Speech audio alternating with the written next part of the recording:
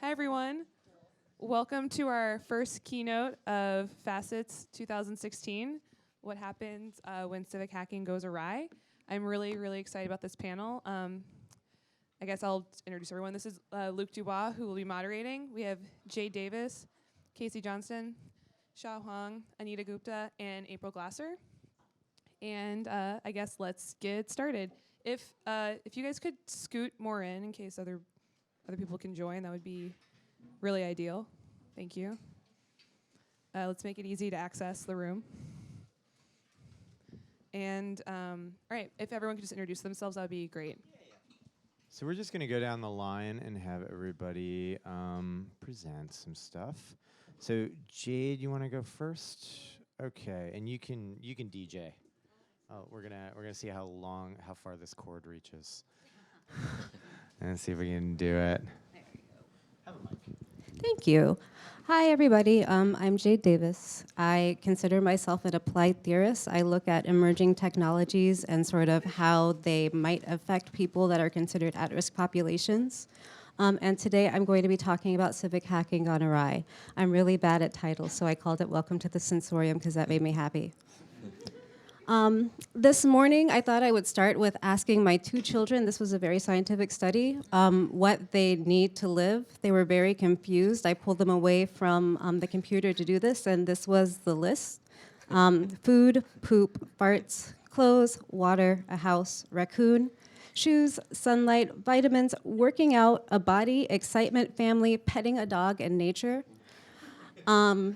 I was a little bit shocked because my youngest child, who is 7, has been addicted to video games since he was 3. He's currently addicted to some fake Minecraft game, and he throws a tantrum basically in the morning when he gets home from school and when he has to go to bed because he wants the laptop to play it. But as you can see from this list, there is no technology there. Which brings us to this.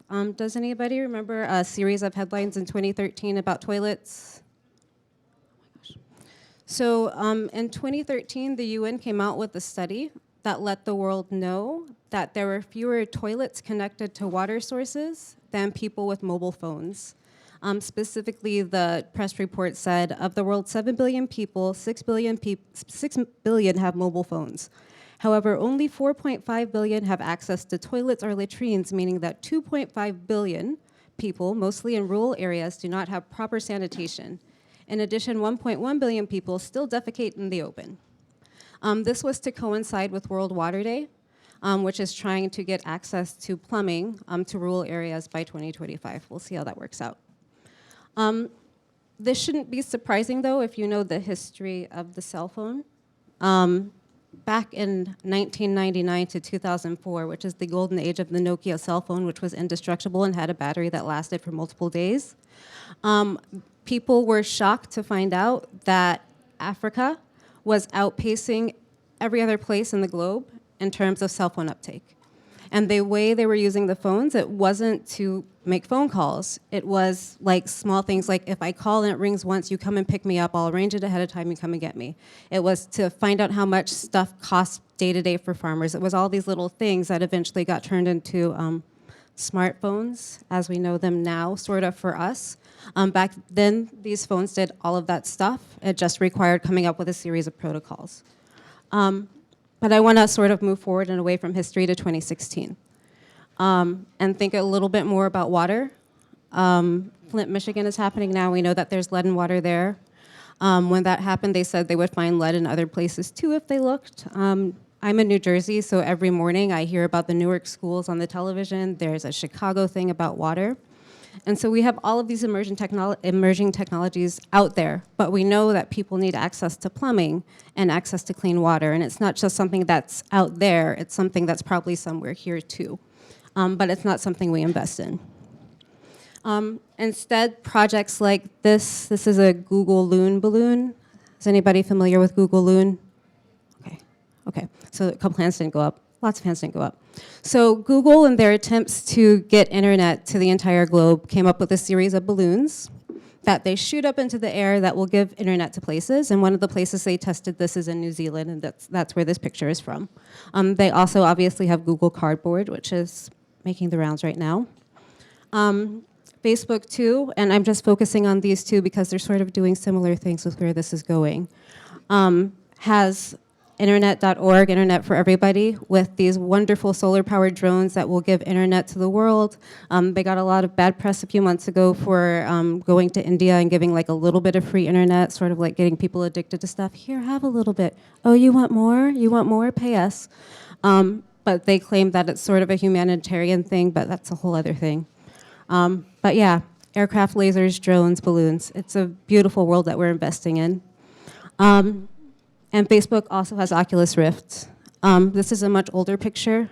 If you follow VR news, one of the big conversations that's happening is people say we don't know what the ethical, we don't have ethical guidelines, we don't know what the long-term effects are. I don't know that I believe this. This is from the Naval Research Laboratory. It's one of the machines that they were using in 2009 to train people for combat. That's a little sphere that you could walk around in with your gun and do all sorts of wonderful VR stuff. So we know this stuff has happened, and now Facebook and Google think it's sort of the next frontier, and a lot of other people do. And we don't know where it's going, except for we sort of do. This is from Sweden. Did anybody see this?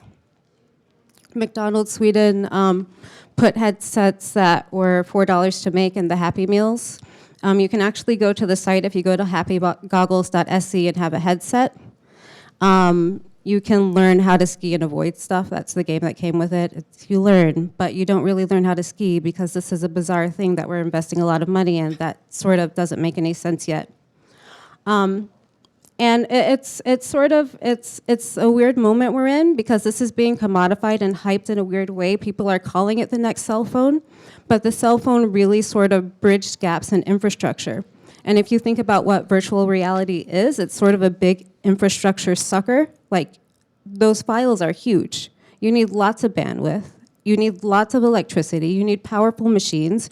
Even if they make it smaller, you still need all of the bandwidth.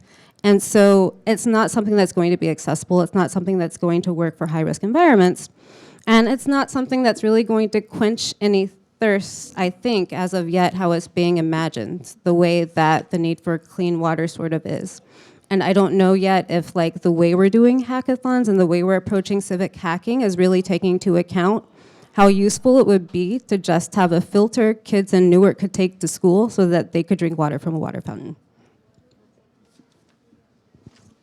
Hi, I'm Casey Johnston. I am my full-time job now is I'm an editor at The Wirecutter, but I've been a technology journalist for about 7 years.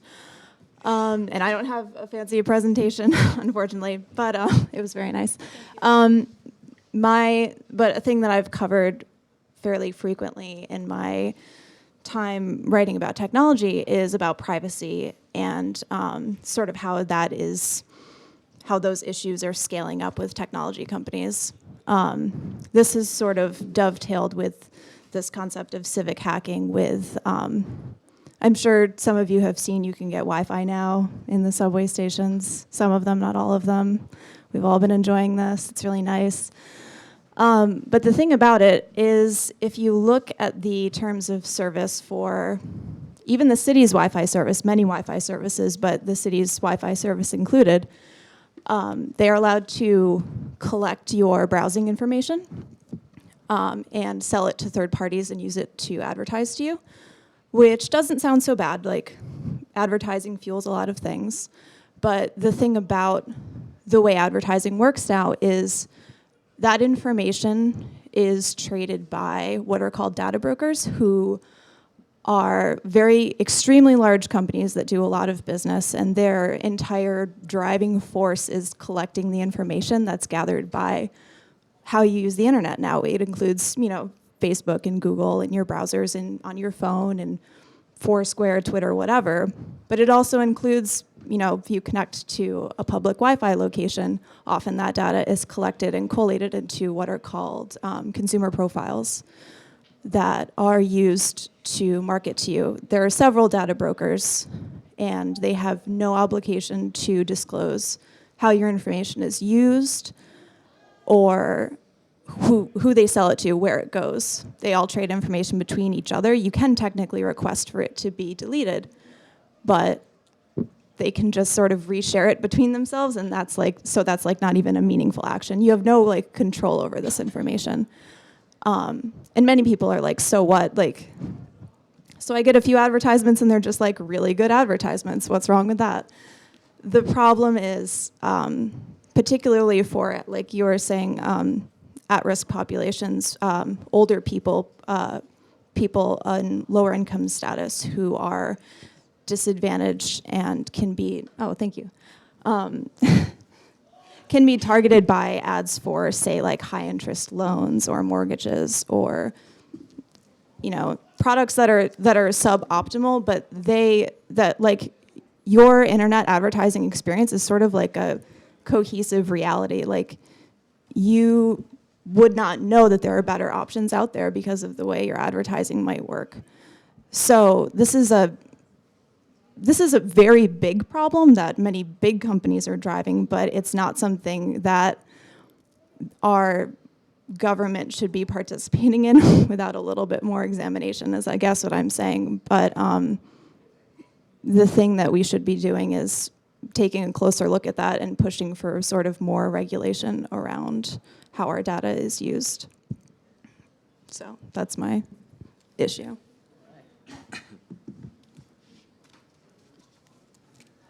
Hi, my name is Shah. Thanks, Luke and Caroline, for having all of us. I don't have slides either. I'm just going to talk a little bit about where I'm coming from and kind of some of the things we've been thinking about. My background is in design and architecture. I was doing a lot of data visualization, both in tech and at design firms before. I moved to New York I moved back to New York maybe 3 years ago with this kind of idea that I would work on, that I was kind of leaving tech to work on some issues that were, I had a lot of problems with the kind of consumer tech churn and desires for growth. I came to New York with this idea that I could work on something a little more important. A couple months later, a bunch of us, mostly people from the Bay Area, and then myself and a couple others from New York, were sort of drafted to work to kind of help fix healthcare.gov. This was what people, what like news referred to as the tech surge, in kind of the winter of 2013 onwards. It's a surreal experience. It has been. I've been working with the government ever since, so it's been about 2.5 years now. Our team has kind of stayed intact and kind of stayed working at the federal level, working with the federal government, different federal agencies. On healthcare.gov, one of the first things we did was to redesign the application, so how people were applying for healthcare. At the time, initially the initial process was a 76-page long application process that took like 20 to 30 minutes to complete. We ended up launching something that took 16 screens and took maybe 5 to 10 minutes to complete. We increased the conversion rate for people applying for healthcare about 50%, and did a lot of things around, a lot of our focus was around accessibility, usability, access, and things like that.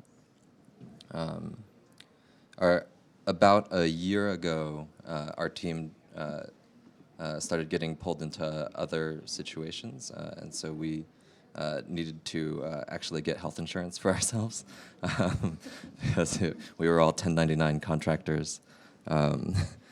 So we created a company called NAVA, which is a public benefit corporation. The public benefit corporation basically means that we can be sued for things other than not providing enough profits.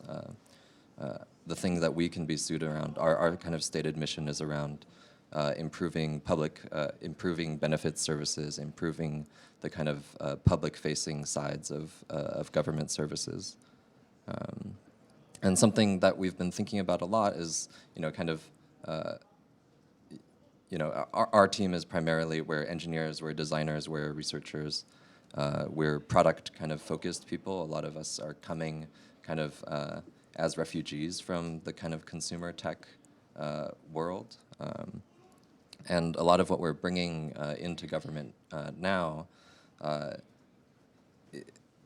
is kind of a reevaluation of a lot of the technology and infrastructure that's being deployed currently.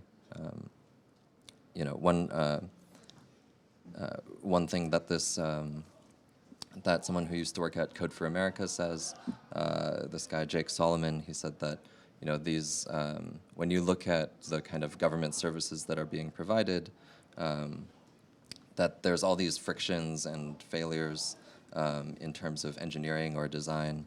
But he said, Jake says that ultimately these are not failures of engineering or design; they're failures of respect.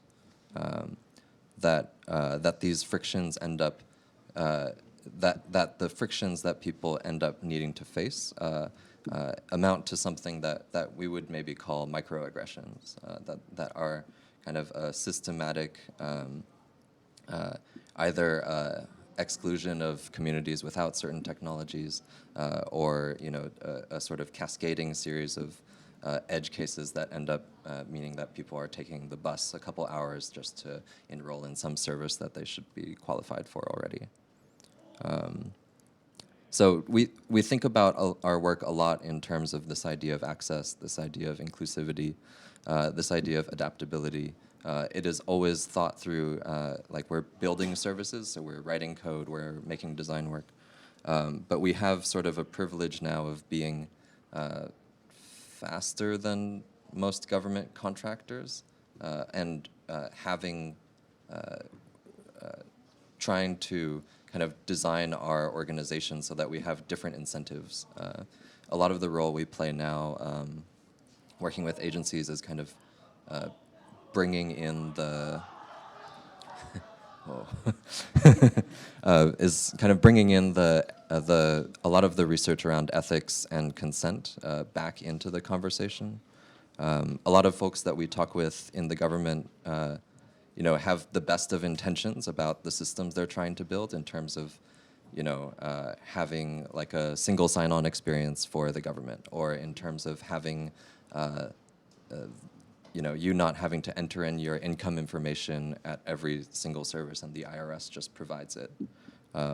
These are all like very well-intentioned efforts, but oftentimes the people discussing them, the policy people discussing them, don't realize that the technical decisions that are made now end up defining very much the ways things eventually break, the way things get exploited, the way privacy issues become kind of steamrolled over. So part of our role, I think, is about introducing that conversation as early as possible, trying to design, data models, trying to connect people with research, trying to connect people with a discourse around privacy, a discourse around consent. This is all pretty abstract because I can't really talk about a lot of the specific agencies we're working with. So I'm sorry about that. But all of which is to say that I think it's a really interesting time for like the kind of people in this room, the technical people as well as the research side of people, where things are moving fast enough that we can actually all be in the same room. I think that's super interesting. I think there's been a lot. When we think about like the framing of like civic hacking gone awry, I think about, or we think about Nava internally. We talk a lot about, okay, if we're designing these systems and kind of by nature government is going to kind of like how are we just not going to build the systems that 5 or 10 years down the line are we're in the same situation again. So how do we build something that's maybe more adaptive or more resilient or more accessible? That's kind of what I've been thinking about. Thank you so much. I'm Anika Gupta, and okay, I will move over there to, yeah, sure. Thank you.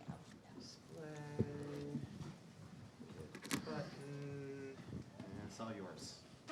Thank you so much. I actually thought what the most recent speaker said about the ethics of consent and privacy are really important. And I am currently a graduate student at MIT, but prior to this, I was working as a journalist. And so some of the perspective I thought I'd share is actually around a particular instance of civic hacking that I worked with a group to organize when I was living and working as a journalist in New Delhi in India. So it's a media perspective on possibly the questions around civic hacking. So I think one of the big, when Caroline framed this question to us, she said, you know, what happens when civic hacking goes awry? And I think the question as organizers that we initially faced is, what does it mean for that to go right? And I think this is actually a really large and difficult question. And I'm not sure that we entirely did it, but I will walk you through what we did. And if people want to, I'm opening it up, I suppose. But if people want to, get into that later, that's absolutely fine. So one of the challenges that we had looked at, or that I became aware of, was around December of 2012. Many of you are probably familiar with the story, but there was a terrible attack in New Delhi where a young woman was raped and then died on a bus, and it was rightfully a story that got a lot of attention in the media around the world. But one of the things that I, as a journalist working there, felt that those headlines and that conversation missed is the realities of being a woman in India and the fact that there were so many different layers to that experience, and the ways in which women were often vulnerable did not necessarily just involve when they went out to the movies. Many women were not going out to movies, but that doesn't mean they weren't extremely vulnerable. So I thought, okay, what might it mean for media, for us as media professionals to try and tell that story a bit more widely and differently? So at the time, I was the organizer of a group called Hacks Hackers New Delhi, which was journalists and technologists working together. And we decided to organize an event around this question. And so we thought, okay, some of the solutions to this might be getting together, looking at where we have information about the diversity of experiences, whom we can talk to, and trying to collaborate on finding solutions and collaborate really widely. So we had journalists, we had tech people, we had researchers, we had people from every nonprofits and activist organizations, trying to bring in everyone who is interested in these issues. So this was the event. This is a picture of several of us. We held this at an entrepreneurial space. And so we designed, people came up with some really interesting projects. I mentioned a couple of them here. One was kind of a Twitter bot that tracked language on Twitter that was offensive to women. And they made a list of terms and experimented with that technology. We had another group that I thought was really interesting who were working with audio data. So we had worked with an organization that gathered audio stories from women in rural parts of India in various different languages around issues relevant to their lives. And then they worked with them to get their permission to use them. And they said, let's see if there's a way to look at what right now are these audio stories and create a format in which they can be consumed by people in cities. So that was the idea. And then we also worked on another project, was a crowdsourced safety map. So there were all of these data points about moments in the city when women felt unsafe. And so they submitted that, they described the incidents. And this team actually, in addition to making this map, also created a short video mentioning, including the descriptions of some of those incidents, but with obviously the identifying information was removed.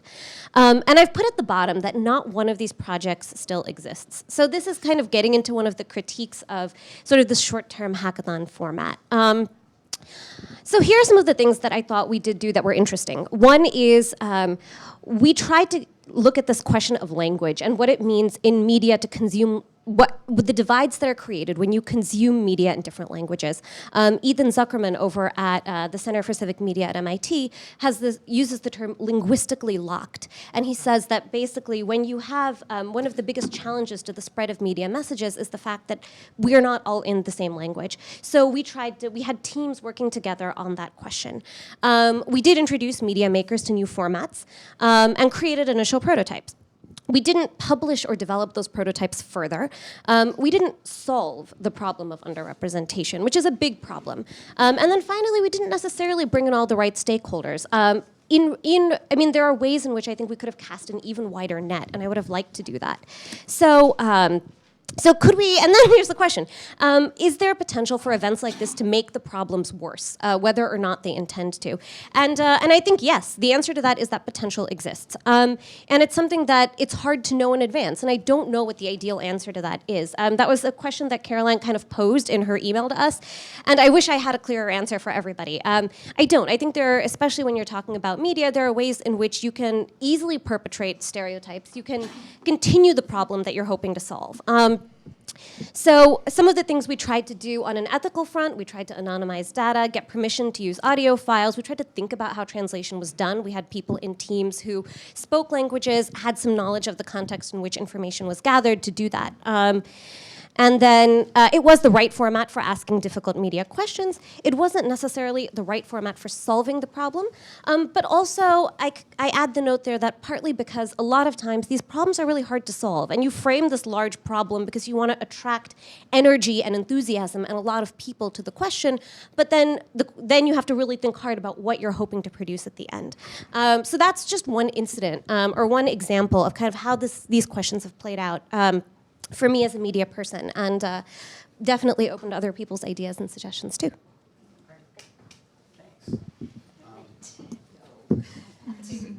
April, you want me to drive your talk? Yeah, is that cool? Yeah, I only have I'm like up for 3 whatever. slides. The I'm first up one is for my whatever. name, so you can just breeze over that. I'm April. That's what it says. And I work at Wired now. I'm a writer, a journalist at Wired. But before that, I've done a lot of things. Including I worked at Greenpeace on oil drilling issues and organizing actions. I worked at the Electronic Frontier Foundation, where I led the campaign around net neutrality, which was definitely a bit of a hack in that we circumvented Congress in passing rules. I've worked on a lot of regulatory issues like FTC and data and FCC and data stuff over the years. I helped start a hackerspace in Oakland called Pseudo Room.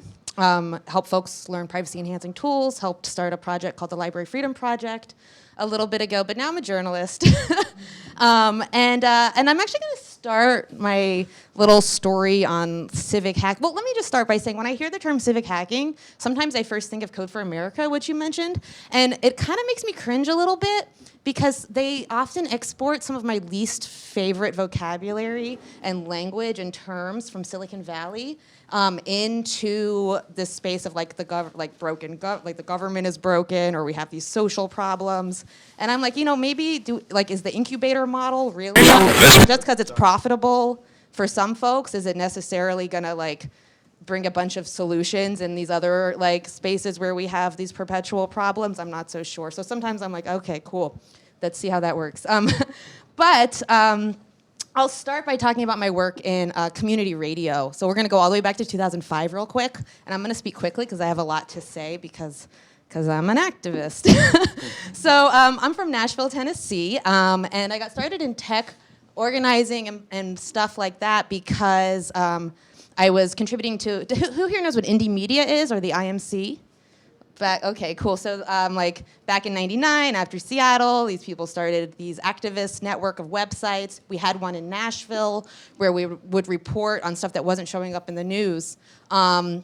And I was an activist locally on a lot of issues, but I realized that no matter what issue I really cared about, the group that I was working with, wasn't getting represented properly in the media. The story wasn't being told. They didn't have a strong web presence. And so I thought if I was going to be the most effective activist, I would be working in technology, because then I could help everybody. I could help the fact that there was more police brutality happening in schools and profiling, and we could get those stories out there told. I could, they were cutting state health care, working with immigrant populations. Everybody needed more tech help, right? And so we decided to start a radio station with some people, a community radio station, and it was great. It was, it wasn't an internet solution, but not a lot of people were using the internet, and the people that really weren't getting their stories told, like, we wanted a local radio station because we wanted to tell the stories within our community from our community.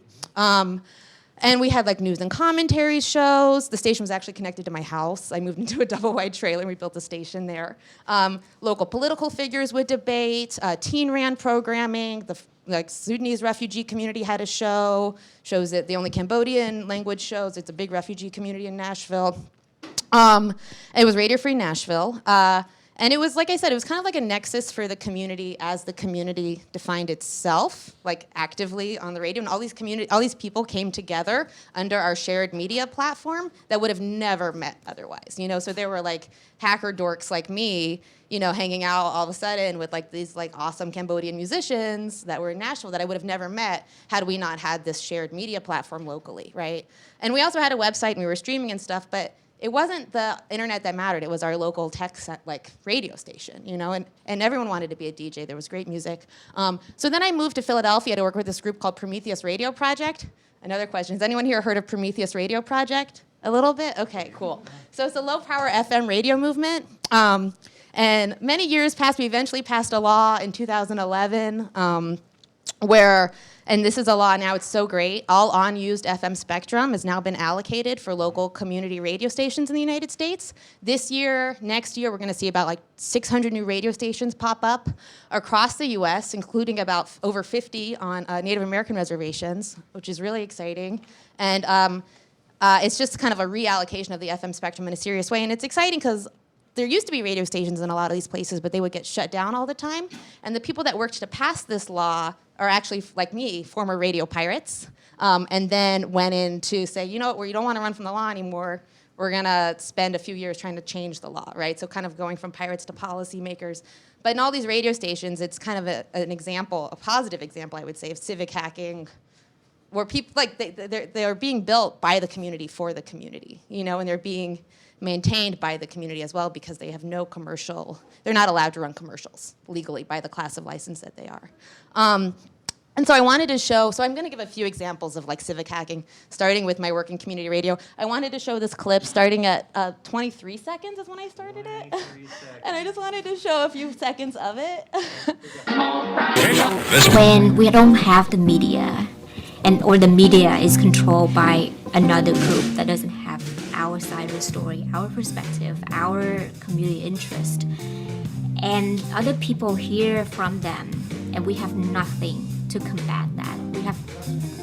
We don't have our own radio station, our newspaper to put our truths out there, our version, our perspective out there, then in a way they control the battle. We have to fight for those spaces. Like we as social justice movement builders need to really own spaces and be able to control narratives because we believe that like the people know how to tell their own stories and they know the solutions to their own problems. How do we get accurate information to our folks? How do we have authentic conversations across borders and boundaries that divide us? I think community radio is one of the tools that can really start bringing folks together to get in the practice of working with each other and to get in the habit of leading dialogue and sharing information about issues that's important to where we are. They actually have to look at themselves and tell and hear their own stories. Then you start to see people kind of open up and they become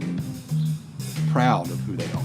And so if we had our own radio station where the people could call in and talk about what they're going through, how they're being mistreated, how the injustice that's going on, it would be an outlet that would be an in-source and an outsource at the same time that could release and get out to the world some of the things that are going on in that area.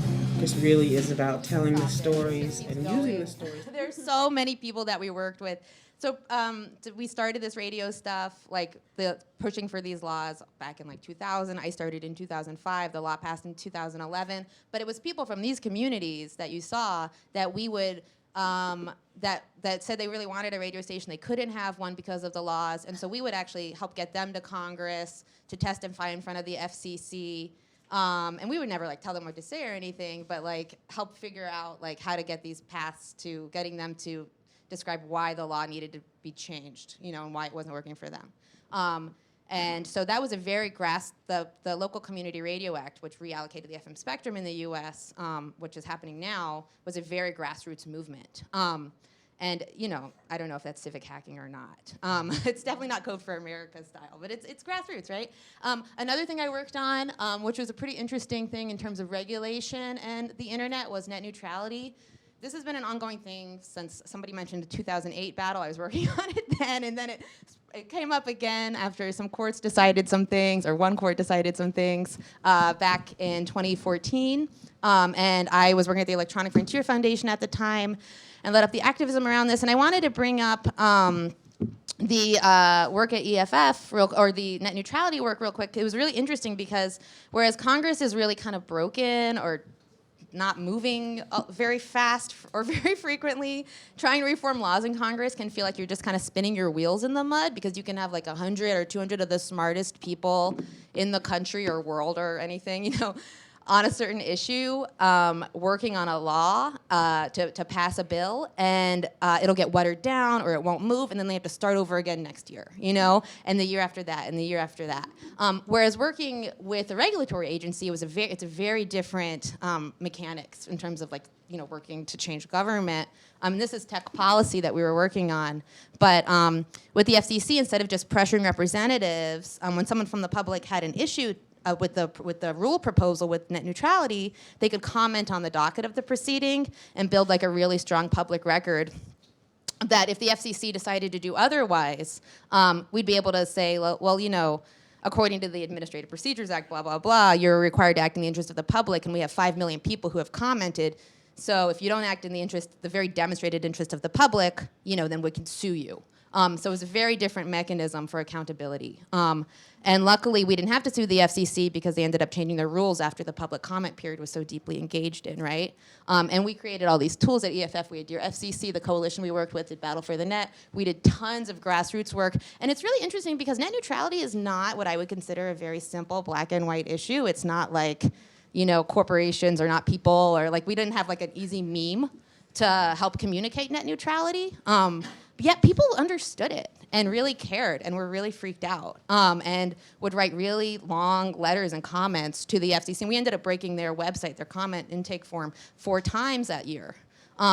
So I don't know if that's civic hacking and that we broke their website, but it was a big deal. And there were a lot of reasons why net neutrality passed, including that we were working with corporations, which was strange and weird, but helpful in this instance. But yeah, I also run, just the last slide, sorry I'm talking so much. I run this hackerspace in Oakland. There's another hackerspace in San Francisco I work with sometimes called Noisebridge, which you guys have probably heard of more than our little space in Oakland. But we definitely are a lot more social justice focused. We have like the late afternoons Python domestic violence you know, workshops where people who do like data entry during the day, who come out of a kind of a women's domestic violence program in Oakland, then come and we do like, I don't want to say like we're teaching, because it's more like we're all just like kind of there together learning kind of thing, but we do Python. We have the Schools of Magic. It's the Cyber Wizards Institute.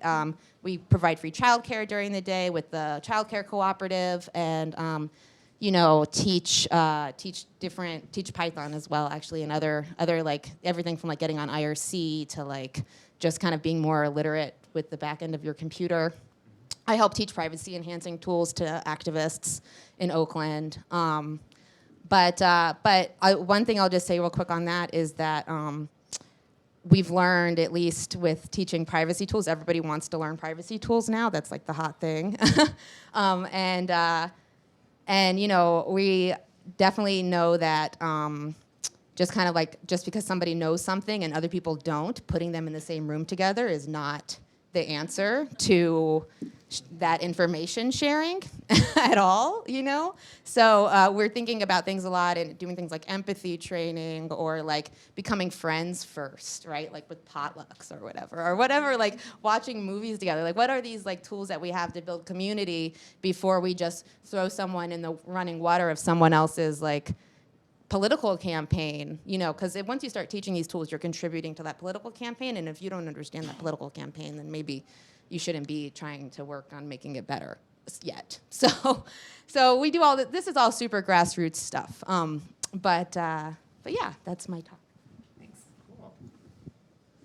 Mic for a second. That was amazing, you guys. Thank you so much.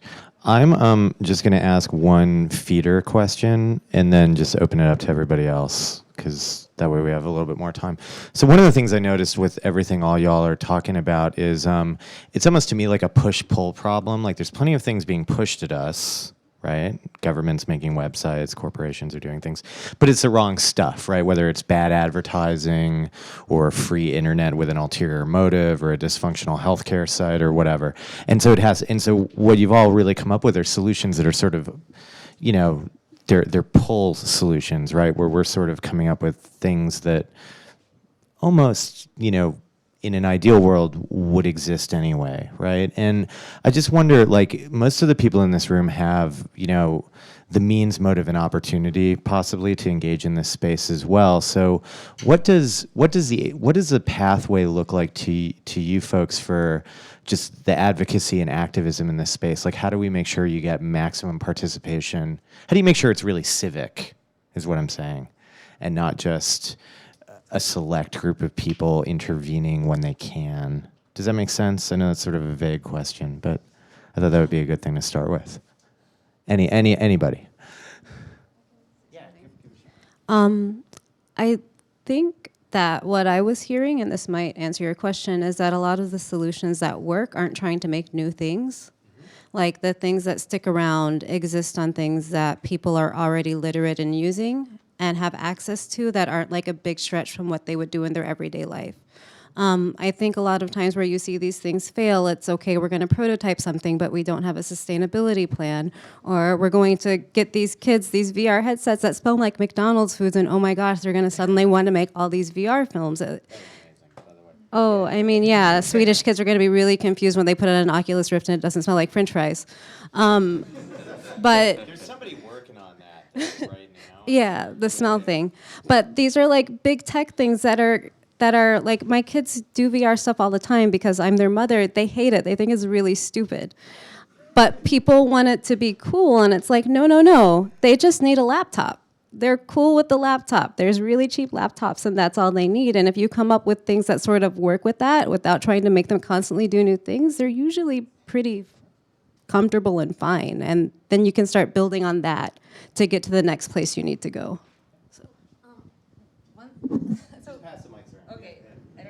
Hello. So one thing, people come up to me a lot and are like, I have these skills, how can I get involved? And I always tell them, it's great that you have these technology skills, but the centrality, the point is the centrality of technology to all processes of social justice and political change. And it's not the technology in itself, it's the issue that you are hoping to work with or towards or through. So I always tell people, like, there has to be something you're passionate about beyond the tech, And so whether it's an equity issue or something like that, and then, you don't insert the technology in and of itself as the movement. There's already a movement there, an activist working in this space, and you have to work in harmony with them if you really want to. You can't just parachute in with your laptop. Right. So that's what I would say. Go ahead. Keep rolling.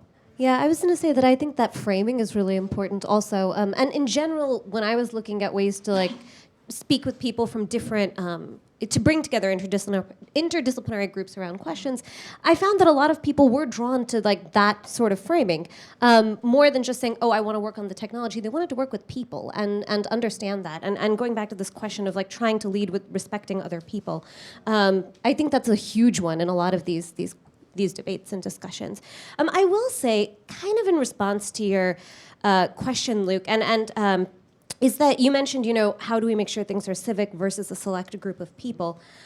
Again, with the no easy answers track, but are those entirely mutually exclusive things in the sense that any group of people is a select group of people? So and they have been selected by some forces deliberately, not deliberately. So I think acknowledging the ways in which your group in any environment has been selected is probably a huge first step.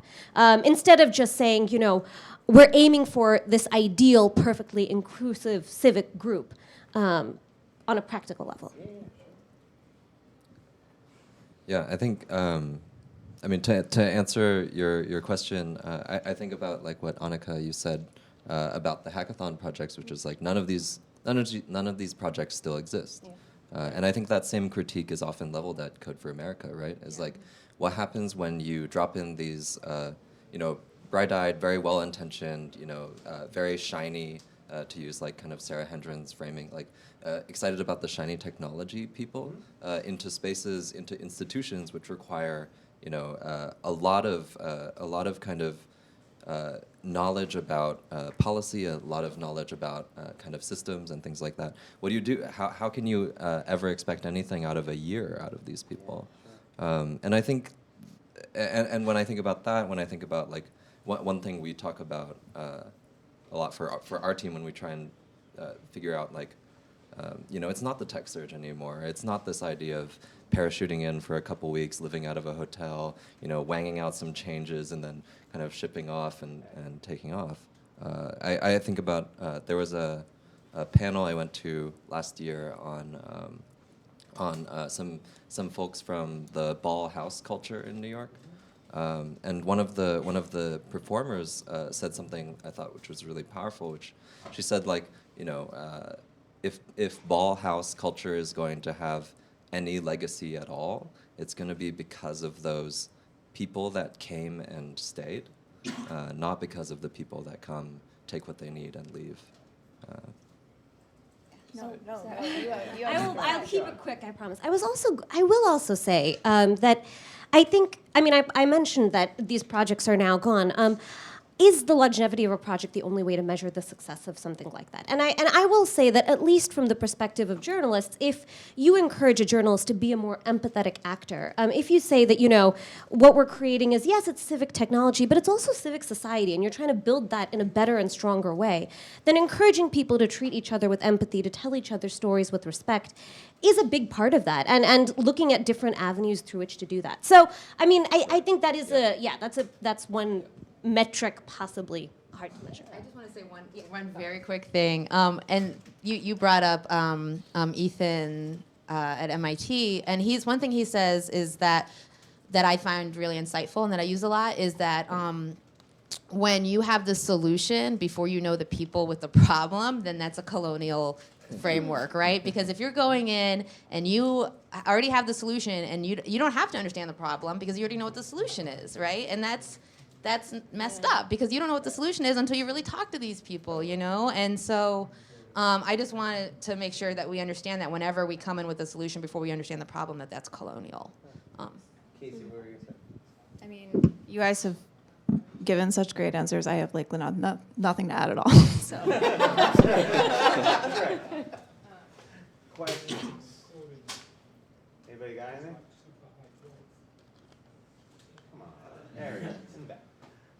Hi, I was curious, what's the fine limit between, creating a community where people feel like they belong to that community and they believe in the mission, and reinventing the wheel over and over again because people need to feel that they belong to a community and they contribute to that mission. Because I see a lot of similar efforts being recreated in different shapes and forms. So I wonder how you see that.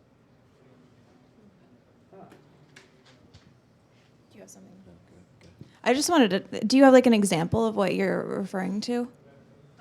So for example, you have like all these like organizations teaching women how to code, but you don't have one, right? You have 30.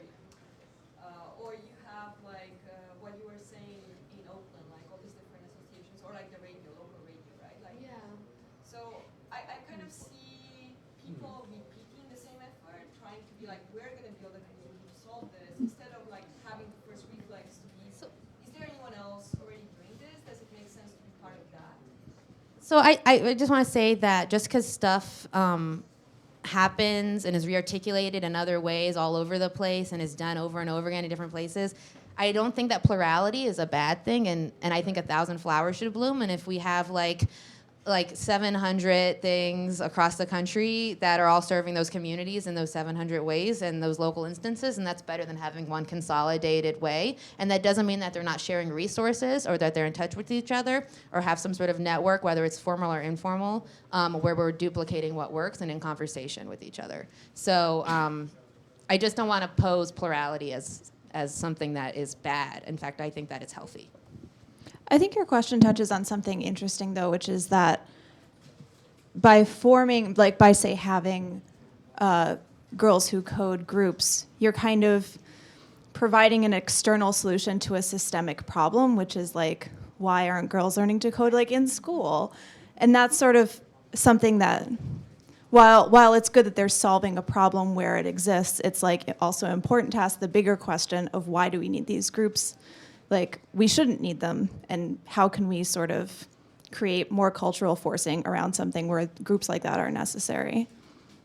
I don't really have an answer, but I think that's definitely something we should think more about. So I just want to say, continuing to articulate the policy problems is a big deal. Like, what are the political failures that cause us to have to do this? And so having some coordinated political action that brings all these disparate groups together, or seemingly disparate groups, is often very important and cohesive to building a movement or growing. Yeah. And I think it's really important to look at the structural problems and think about ways to fix that. But I'm really happy that you all were saying community earlier, because at the end of the day, wherever people are, it's really important to have a sense of belonging and a community. And if these spaces can do that in a positive way, where people are able to sort of imagine a different future for themselves, I don't think it's a bad thing to have those in triplicate, like every place, because those are really, really hard to find. So, yeah, like it seems silly, but there's churches everywhere too, right? Right. Yeah. Like, there are 12 different groups working on the Black Lives Matter movement in Oakland. And each one of them speaks to a different community that's working on a different part, and I let there be 12 more. You know, like, it's not messed up because there's. You had a question. Yeah, so my other world is the performing arts dancers, most of whom have very limited experience with any sort of complexity in terms of technology, enormous experience in complexity in other ways, and social complexity, and they have a lot of savvy.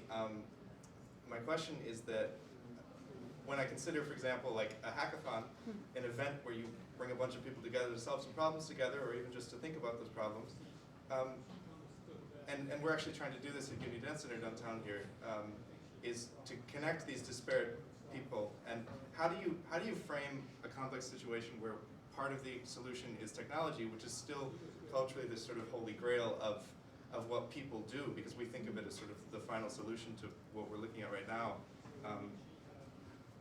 this sort of complexity and refinement of that complexity.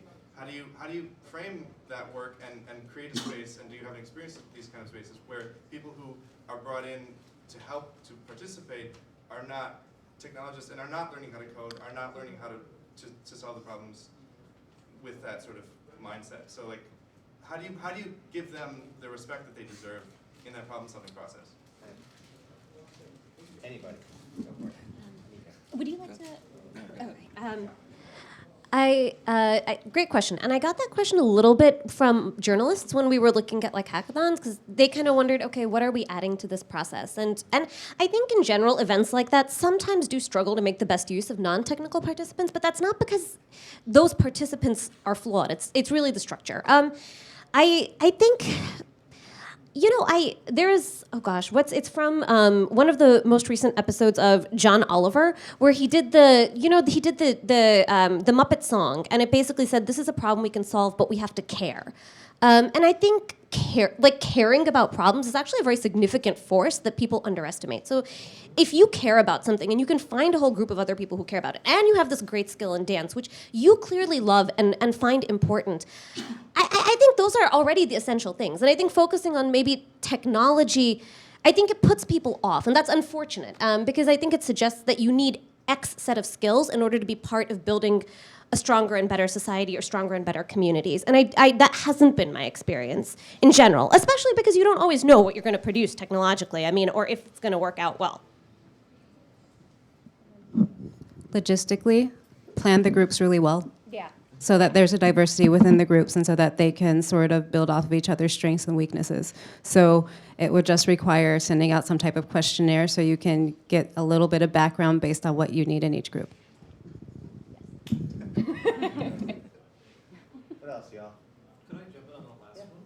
In hackathons, I've seen that work with disparate communities. I see if you put the technology and service to a point rather than emphasizing the technology before finding a fit for dance. Does that make sense? Which might speak to the way in which you're saying before is like the finding a solution to a problem before you get there is colonial. Right? And so like, what are ways in which everything you build in a hackathon around dance reflects on dance first versus trying to make it the coolest coded thing. Sorry to take that. Question: do you think there's any extent to? Just my personal bias is whenever I hear the terminology of hacking referring to anything other than like breaking into software or a server, I start to really bristle. Like, not to call out Wired, but they ran this headline of like I saw some. Pick the headline. They ran a story that was like these parents have hacked the education system, and it was just about them homeschooling their kids. But my point is, hacking implies going in and quickly and dirty breaking something. So it involves breaking open it implies breaking copyright protected software so that you kill the copy protection. It implies going onto a server and stealing a bunch of data. It's a destructive act, at least initially. And it's been sort of romanticized by this sort of Silicon Valley, like sort of, let's go in, let's take a weekend hackathon and disrupt hunger. Kind of, Do you think that, and so I'm just curious, like, to what extent do you think that whole culture, and even with the best of intentions, is actually really damaging? Because these are, because a lot of these things are you've been talking about, like the solutions that work are the ones that stick around. So how can it be anything other than like completely delusional to expect that you can take this this like sort of criminal subcultural ethos, or at least that's how it, and apply it to like developing actual real lasting solutions? As a hacker, I find that so insulting. Like, Yeah. if you don't know your history, you need to go learn it. Like, that was, like, go look at the chaos computing, like, Congress, figure out, like, the CCC is, like... +1. You're so off base. You just disregarded 31 years of hacker history. But there are but to his point, there are a lot of people who that's the understanding, right? Right. So if there's a disambiguation of language that can help make this make a You little should bit take more that. sense. If you worked for the electronic... Do you know what I mean? Like, you should take that. Because there is a thing about the words Yeah. that you use when you're talking about what you're doing. I want to say that the word has been homogenized or appropriated, or I don't want to use the word appropriated. It's like, I don't know what hacking means, but to me it just means circumventing anything that is considered the normal path, right? And so going this way instead of that way, right? Or like, here's here's what's prescribed, and here's what we're going to do instead, right? Because it's better, it's more just, it's smarter, and it's perhaps disruptive. And I know the word, like, nothing is more eye-rolling than disrupting whatever, right? In Silicon Valley. Trust me, I live in the Bay. But yeah, I don't want to, I think actually the word hacking is much more mundane than what you're describing, and I think it's been appropriated or homogenized in a much more mundane way, and I'm okay with using it to say that if people aren't taking their kids to public school for whatever reason, and they're doing something else instead, then maybe they're hacking around this, like, whatever. That doesn't bother me. Yeah, but I mean, really look up the Chaos Computer Club. Sure. Because, like, That is, 31 yes, thank you for years taking me to task there. of 31 years of political activism to spread access to technology is not law breaking. No, right. And breaking the law is not so bad all the time. Well, like, okay, maybe we have to block a bridge to show some people some things, right? But like, and that's breaking the law, but do it, right? And so, I don't know, like, I'm just not against breaking the law all the time either. Well, and if you don't break the law, how do you know where, like, because the law, it's a transgression thing. When you realize you've broken the law, that's when you realize the law needs to be changed, right? So or that potentially addressed. That's what we like to go back to a non-internet example as like a former radio pirate or whatever. Before the station that we built in Nashville was legal, but I've worked with many other stations, and we didn't want to keep running from the law. We decided to change it, right?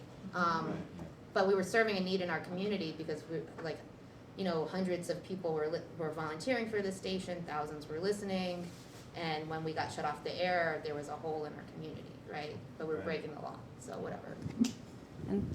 Can I quickly jump in as a neutral party? No, it's okay. I'm okay with your popular culture understanding of hacking because if you think about what was happening at the first internet boom, hacking was always reported as this illegal thing that your teenagers might be doing in their bedrooms on their computers that they shouldn't do because they're breaking into secret government stuff and it's bad. And that was sort of the narrative that was around. And that's okay. It's okay to hold on to those things. It's important to remember those things. But for me, and this will tell you more about me than it does about the term hacking, I always think of hacking as cutting something with like something big that is powerful and you would be able to cut otherwise. And hacking for me then is always a relation of cutting something that requires more power than you would be able to have on your own with whichever tool you have at your disposal. And I think that when you think of the illegal stuff and also the hacking that you're doing and the hacking that you're speaking about, these are all, depending on the narrative frame, at the end of the day, they're all sort of this bizarre power relationship where you're sort of getting into a place that the powers that be say you shouldn't be able to get into. And it's the same thing with homeschooling. They're hacking something that all children are required to do. They're saying, no, we're cutting it off, and we're going to do it at home. So they've hacked their way out of it. Yeah, I would just say in contrast to build on both of those, like I think just protest takes many forms. I think protest, like you have, like it doesn't, what we're talking, like civic hacking with these like very cautious quotes is like a very kind of weird kind of corner of the forms that protests can take. Protests can be dance, protests can be direct action, protests can be investigative journalism. Protests can also be Elizabeth Warren introducing the tax simplification bill on tax day. You know, like protest is you kind of play to your strengths, right? And I think that's something really important to recognize. Me personally, like my definition of hacking is an action that can be kind of like can be violent in nature, or can be. That doesn't mean it's necessarily intrinsically destructive. It just means it can be a violent action. Just one quick thing on the word violent, like. Yeah, sorry. Like no, it's okay. I just want to say that violent or violation of people consider things violent when they're like a violation of the norm or anything, you know, and people consider anything that's a violation of what they consider to be the status quo frequently to be a form of violence, and that is not fair. So I'll just say that. Right. Yeah. No, that's great. And also, I was going to say that I think one of the things that's happened as terms evolve, of course, as we know, but the term hacking has become more accessible. Like if you define it as only the set of behaviors you're mentioning, then there are a lot of people who aren't going to be able to engage in it for whatever reason. And there are a lot of people who want to and for whom maybe accessing systems is a valid activity. And I think of the turf battle over journalism that has occurred and is continuing to occur because, you know, a lot of people did journalism with a capital J, and then bloggers came along and they're like, hey, we're doing journalism, and people were like, you're not doing journalism because you're not doing XYZ functions, but they made media better and continue to do that in many ways. And so I think, just to say, like, I think issues of access play into what we think of as an acceptable form of hacking, and it might be worth it to kind of think about that also. Anything else?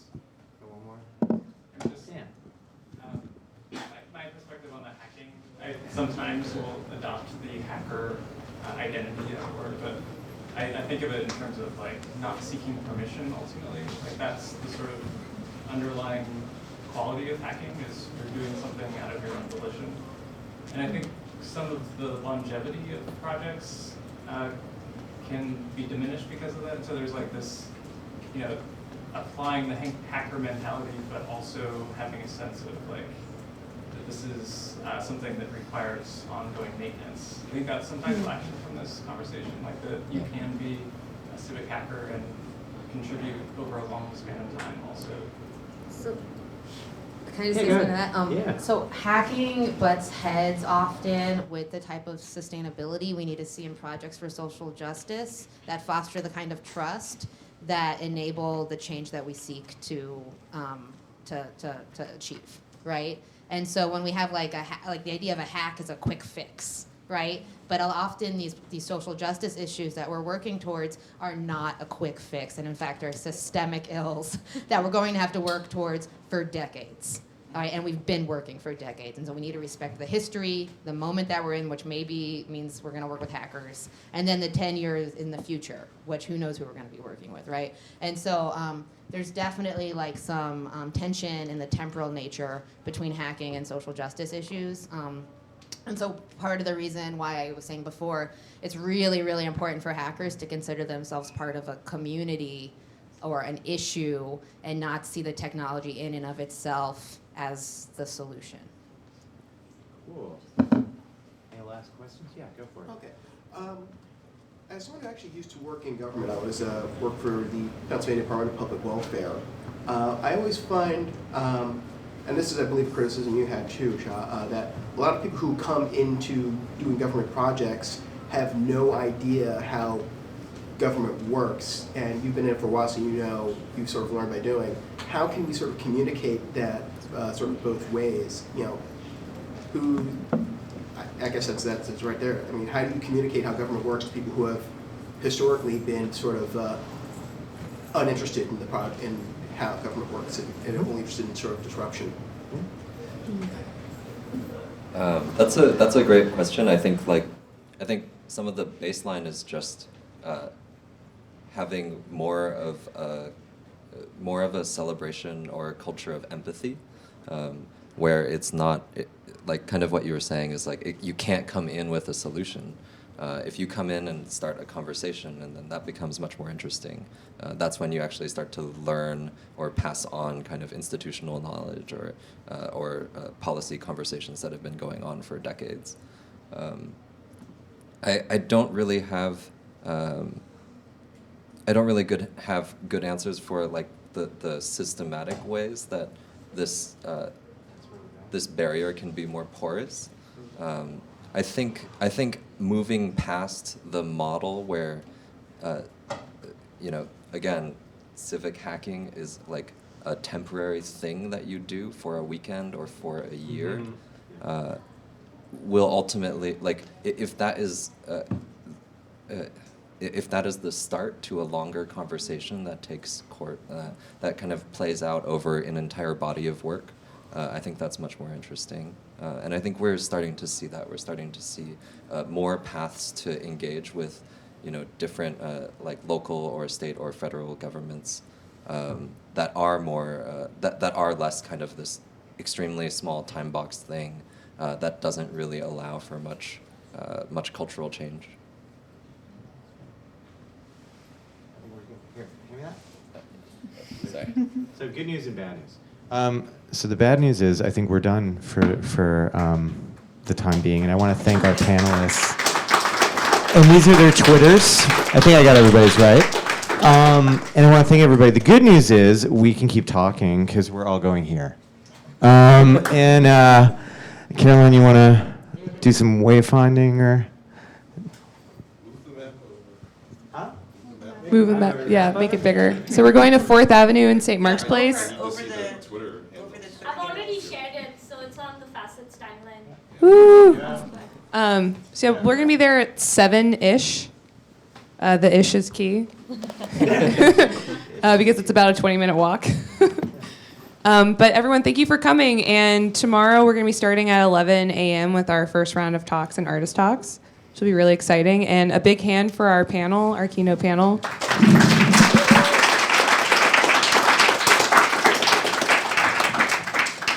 And we'll see y'all tomorrow. Thank you, guys.